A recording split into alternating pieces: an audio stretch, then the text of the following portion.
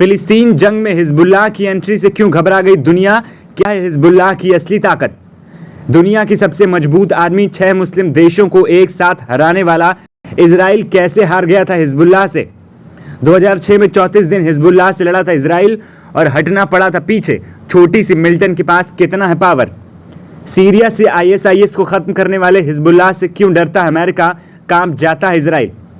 Israel फिलिस्तीन युद्ध के बीच जब से हिजबुल्लाह की एंट्री हुई है पूरी दुनिया सहम सी गई। आप सोच रहे होंगे कि ये हिजबुल्लाह क्या है। हिजबुल्लाह लेबनान की मिलिटेंट है। इसके चीफ हसन नसरुल्लाह हैं। लेबनान और इजराइल में हमेशा ठनी रहती है। इसके बीच अक्सर सीज फायर का उल्लंघन होता रहता है। बात 2006 की है। इजराइल ने लेबनान पर अटैक कर दिया। इजराइल इस मंसूबे से अटैक कर रहा था कि लेबनान पर वो कब्जा कर लेगा। इजराइल ने दावा किया था कि 2 दिन में हिजबुल्लाह खत्म हो जाएगा। हमले के बाद लेबनान और इजराइल के बीच भीषण युद्ध छिड़ गया। यह युद्ध 34 दिन तक चला। इसके बाद अमेरिका ने मध्यस्थता करके युद्ध को बंद करवा दिया। जिस लेबनान पर इजराइल ने 24 घंटे के अंदर कब्जा करने की नीयत से हमला किया था, उस लेबनान से 34 दिन तक जंग नहीं जीत सका और इजराइल को अपनी हार स्वीकारने से बचने के लिए अमेरिका को बीच में मध्यस्थता के लिए बुलाना पड़ा। इस जंग में इजराइल के 20 टैंक को लेबनान की मिलिटेंट हिजबुल्लाह ने उड़ा दिया, जो लेबनान में घुसने की कोशिश कर रहे थे। लेबनान की हिजबुल्लाह मिलिटेंट मोर्चा संभाल रही थी। दुनिया की सबसे ताकतवर सैनिक और हिजबुल्लाह के बीच 34 दिन तक जंग चली। हिजबुल्लाह कैसे लड़ा, लोग हैरान हो गए, क्योंकि हिजबुल्लाह के पास 1000 से भी कम लड़ाकू थे, जबकि इजराइल के पास अमेरिका की भरपूर मदद और यूरोपीय कंट्री और दुनिया की सबसे मजबूत आर्मी थी। इतनी बड़ी सेना लेकर इजराइल हिजबुल्लाह पर काबू नहीं पा सका। 2006 से अब तक सैकड़ों बार हिजबुल्लाह और इजराइल के बीच छुटपुट जंग होती रही, लेकिन इजराइल ने कभी भी इस हिजबुल्लाह पर दोबारा अटैक करने की हिम्मत नहीं की, क्योंकि 2006 में इजराइल हिजबुल्लाह से मुंह खा चुका था। 34 दिन बाद इजराइल ने पहली बार अपनी हार स्वीकार की। इस युद्ध में इजराइल को भारी हानि हुई। इजराइल के साथ अमेरिका समेत अधिकतर यूरोपीय देश खड़े थे, जबकि हिजबुल्लाह को ईरान का समर्थन प्राप्त था।